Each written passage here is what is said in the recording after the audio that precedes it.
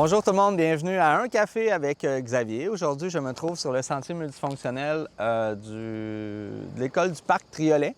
Donc, je suis entre la rue Saphir et la rue du Lac-Rainfray, qui est le prolongement du Boisé-Vermont, où il y a une magnifique traverse lumineuse. On a décidé de le faire ici, évidemment, parce que samedi qui vient, on reçoit Mentana pour l'événement Folk de nature. Donc, quoi de mieux que de rendre l'utile à l'agréable et de vous faire cette présentation de faits saillants en pleine nature. Ça se peut aussi qu'il y ait de la circulation pendant que je vais parler parce qu'on me filme de l'autre côté de la rue. Donc, je vais essayer de ne pas m'arrêter s'il y a des voitures qui traversent le champ visuel. On commence. Je commence avec un point qui est important pour nous. C'est l'embauche d'un surveillant de chantier. C'est important pour nous parce que vous l'avez probablement entendu parler dans les dernières semaines. Il y a quand même une augmentation du coût des constructions des infrastructures municipales, mais j'oserais dire publiques et même privées aussi. Donc, l'embauche d'un surveillant de chantier, c'est un moyen que la Ville vient se donner pour s'assurer que ce qui se passe sur le terrain, c'est bien ce qui avait été prévu dans les devis, dans les papiers. Donc, c'est vraiment un moyen de surveiller les intérêts financiers puis les intérêts de la Ville en général lorsqu'on voit un projet là, de plus de 5, 6, 7, 8 millions se construire sur le territoire de la Ville. C'est un élément important pour nous, ça, parce que ça nous permet de mettre en valeur l'expertise de notre population. Il y a beaucoup de retraités du milieu de la construction actuellement qui habitent sur le territoire. Puis ça nous permet d'aller piger dans les compétences de notre population, justement pour mettre en valeur nos projets, mais surtout surveiller les intérêts de la Ville. Ça, c'est un très bon exemple de cette nouvelle prise de conscience-là qu'on fait à l'intérieur de la Ville. On va donner une autorisation de procéder à une demande de subvention dans le cadre du programme d'aide à la voirie locale, volet redressement, sécurisation. C'est un élément assez technique, là, un point de subvention, mais ça nous permet d'aller chercher souvent des subventions de l'ordre jusqu'à 70-80 pour faire de la réfection, redressement, sécurisation d'infrastructures routières. Dans ce cas-ci, c'est le reste de montée de l'Église qui demeure à faire. Et la même chose pour Rivière-du-Nord. Donc, on se rappelle, pour monter l'Église, on le fait jusqu'à un petit peu plus au sud que de la rue Stephens. Et Rivière-du-Nord, on le fait jusqu'à la rue Montessir. Donc, quand on se permet ou quand on se donne la chance d'aller chercher jusqu'à 70-80 de subventions, bien, c'est un montant qui ne va pas dans l'endettement général de la Ville. Ça explique pourquoi on a reporté d'un an toute la réfection de montée de l'Église parce qu'on voulait encore se donner la chance d'aller chercher une grande proportion de la facture par voie de subvention. Puis c'est le même principe qui s'applique pour Rivière-du-Nord. On donne un contrat service professionnel d'abattage d'arbres pour le prolongement de la rue de l'Accueil. Donc, c'est le premier geste concret sur le terrain qui va être visible dans le cadre du projet du prolongement de la rue de l'Accueil, mais c'est surtout la liaison des différentes parties de l'Accueil. Donc, le déboisement va se faire cet automne dans le but de voir les travaux là, se poursuivre en 2026. On vient donner un octroi de contrat concernant le service de collecte et de transport de matières recyclables. Donc, c'est un appel d'offres qui avait été fait conjointement avec la municipalité de Sainte-Sophie. C'est une nouvelle obligation qu'on nous impose par Éco-entreprise Québec. Simplement pour vous aviser qu'on va changer d'entreprise qui va s'occuper de la collecte de matières résiduelles.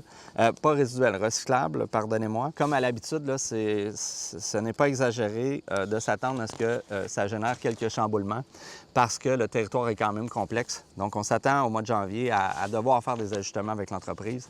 Puis, on va vous demander éventuellement une patience et une période d'ajustement à cet effet-là. Si je me fie à ce qui s'était passé, par exemple, à la ville de Saint-Jérôme il y a quelques années, ça avait pris au moins quelques semaines avant que tout le monde s'ajuste avec le nouveau fournisseur de services. Ensuite, octroi de contrat, service professionnel pour la réalisation d'une étude géotechnique dans le cadre de la réfection de la maison de la grange Gaffney-Kennedy. Bien, c'est encore une fois une première étape concrète qui va voir cette maison-là être restaurée en plus de la grange. Donc, on commence immédiatement. La fin des travaux va être prévue probablement début 2027, fin 2026. Mais pour nous, c'est un projet extrêmement porteur. C'est la continuité de la mise en valeur du parc Gaffney-Kennedy.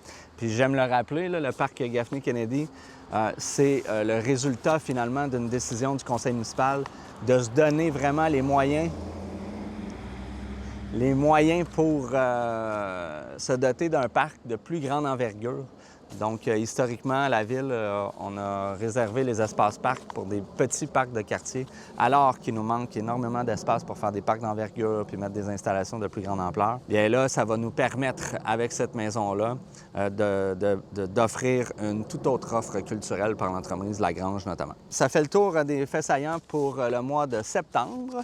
Concernant le plan triennal d'immobilisation pour les années 2026, 2027, 2028, ça me permet surtout d'expliquer c'est quoi un plan triennal d'immobilisation. C'est une prévision, c'est une planification basée sur 3 ans que l'on est obligé de soumettre à la population. Bien évidemment, nous, notre planification, souvent, on la fait sur 5 ans, 6 ans, 7 ans, parce qu'il y a des projets quand même de grande ampleur qui demandent une plus grande planification.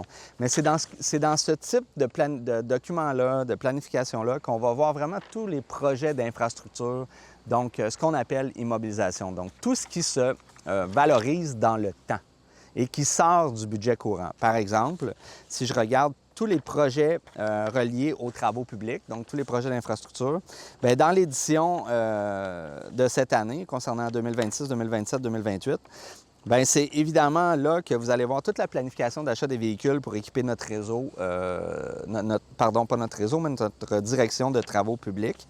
Donc, c'est là qu'on vient se donner une résilience au niveau du matériel roulant nécessaire pour le déneigement.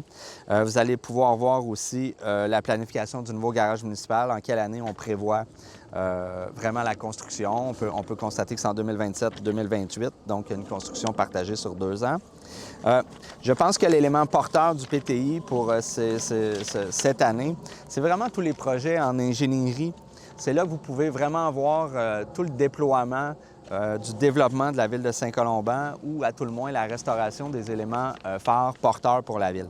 Il y a notamment la réfection du barrage du lac Légaré, la planification des pistes multifonctionnelles, puis qu'est-ce qui en est aussi pour les prolongements de route ou les entretiens de route de plus grande ampleur.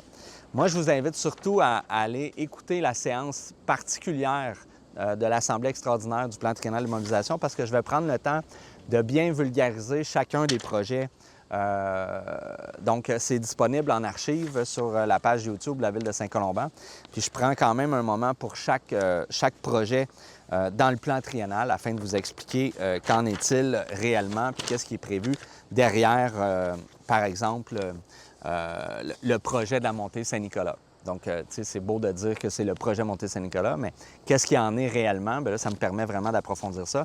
Et si je faisais ça dans un café avec Xavier, bien, ça me prendrait au moins 4-5 cafés pour arriver au bout du document. Ça fait le tour, évidemment, des faits saillants Assemblée ordinaire municipale et Assemblée extraordinaire pour la présentation du plan triennal d'immobilisation. Donc, maintenant, rendu à la section questions du public. Donc, nous avons quelques questions dans le magnifique bocal. Et non, il n'y a pas de poisson rouge ni de biscuits. Ce sont de petits papiers préparés par l'équipe des communications. Donc, je vais répondre à une question ce mois-ci. Voilà, je pige. Une question d'Andréane Boucher. Des plans de mettre trottoirs ou pistes cyclables plus présents pour les familles? Bien, c'est une question qui est très à point, Mme Boucher, parce que j'en ai fait notamment beaucoup la présentation dans le cadre du plan triennal d'immobilisation qui est archivé sur la page YouTube de la Ville de Saint-Colomban. Concrètement, oui, on en a plusieurs. On a peu de trottoirs parce qu'on privilégie beaucoup les sentiers multifonctionnels qui relient les quartiers ensemble, ou sinon des itinéraires alternatifs aux routes principales. Les 2 principaux exemples qui vont voir le jour dans les prochains mois, prochaines années, évidemment, c'est toute la liaison des sections de la rue de l'Accueil qui va servir d'itinéraire, comme j'ai dit, alternatif au fait de faire du vélo ou de la marche sur Côte-Saint-Paul. Donc, la rue de l'Accueil est vraiment parallèle à Côte-Saint-Paul. Puis là, le travail, c'est de venir lier les différentes sections. On a donné justement un contrat pour le contrat de déboisement là, qui va nous donner vraiment l'emprise nécessaire pour lier les différentes sections. Puis là, la stratégie, c'est d'aller se rattacher à la rue des Générations qui va rejoindre le sentier multifonctionnel qui est sous la ligne hydroélectrique entre Saint-Paul et Rivière-du-Nord. Ensuite, il va falloir aller rattacher la rue du Golfe. Donc, une fois qu'on va voir ça, on va être capable au moins de rattacher, je dirais, au moins 60-70 du territoire, qui est tout le cœur, finalement, du territoire entre Deléglise, Saint-Paul et Saint-Nicolas. À un autre niveau, bien, il va y avoir la réalisation d'une piste cyclable le long de Rivière-du-Nord. Mais ça va se faire probablement l'an prochain. entre de l'église et Pérideau, qui va descendre jusque dans le quartier Saint-Canute à Mirabel, afin de venir attacher ça. Ça va se faire aussi en parallèle à la modernisation de l'intersection Rivière-du-Nord-Montée-de-l'Église, où on va voir installer un feu de circulation avec des voies de virage prioritaires. Donc, il y a toute une refonte de cette intersection-là, réalignement de Rivière-du-Nord. On vient couper la pente de l'église. Ça, c'est un projet qui est réalisé par le ministère des Transports et de la Mobilité durable. Nous, on vient s'ajuster avec la piste cyclable. Puis une fois que ça va être fini, notre autre projet de piste cyclable, c'est du côté ouest de Montée-de-l'Église. Donc, l'idée, c'est de venir relier Montée-de-l'Église avec la rue du Sanctuaire pour enfin donner un accès en transport actif aux gens qui fréquentent l'école Lavolière, mais aussi qui voudraient accéder au parc Gaffney-Kennedy. Donc, c'est un sentier multifonctionnel qui se ferait tout le long de Rivière-du-Nord jusqu'à des sanctuaires. Puis encore, dans quelques années, ce qui est aussi planifié en termes de plan triennal d'immobilisation, ça on le voit dans le projet de la montée Saint-Nicolas, c'est de prolonger le sentier multifonctionnel entre la rue, un peu avant, entre Filion et la rivière, puis amener ce sentier multifonctionnel-là jusqu'à Bois-Dormant, parce qu'actuellement, Bois-Dormant, c'est le quartier pour nous qu'on n'est pas capable de rattacher avec l'activité autour de l'intersection Montée-Filion, Montée-Saint-Nicolas. Par la présence de cours d'eau notamment, ça représente quand même un défi. La rivière Bellefeuille descend un petit peu plus au nord, monte, j'oserais dire, un petit peu plus au nord, où il y a la rue des Fougères, la rue La Rivière, ce qui nous empêche de la traverser. Donc, on a décidé vraiment de vouloir travailler sur Montée-Saint-Nicolas. Donc, vous voyez, c'est trois projets qui sont assez différents et distincts sur le territoire, mais qui vont servir à rallier, ou à relier plutôt, des quartiers entre eux, ce qui n'est pas le cas actuellement. Donc, j'espère ma réponse complète, Mme Boucher. Évidemment, il y a d'autres petits projets aussi qui vont se rattacher à ça, mais je pense que c'est important de discuter des principaux projets de sentiers multifonctionnels ou pistes cyclables qui vont voir le jour au cours des 4-5 prochaines années. Merci!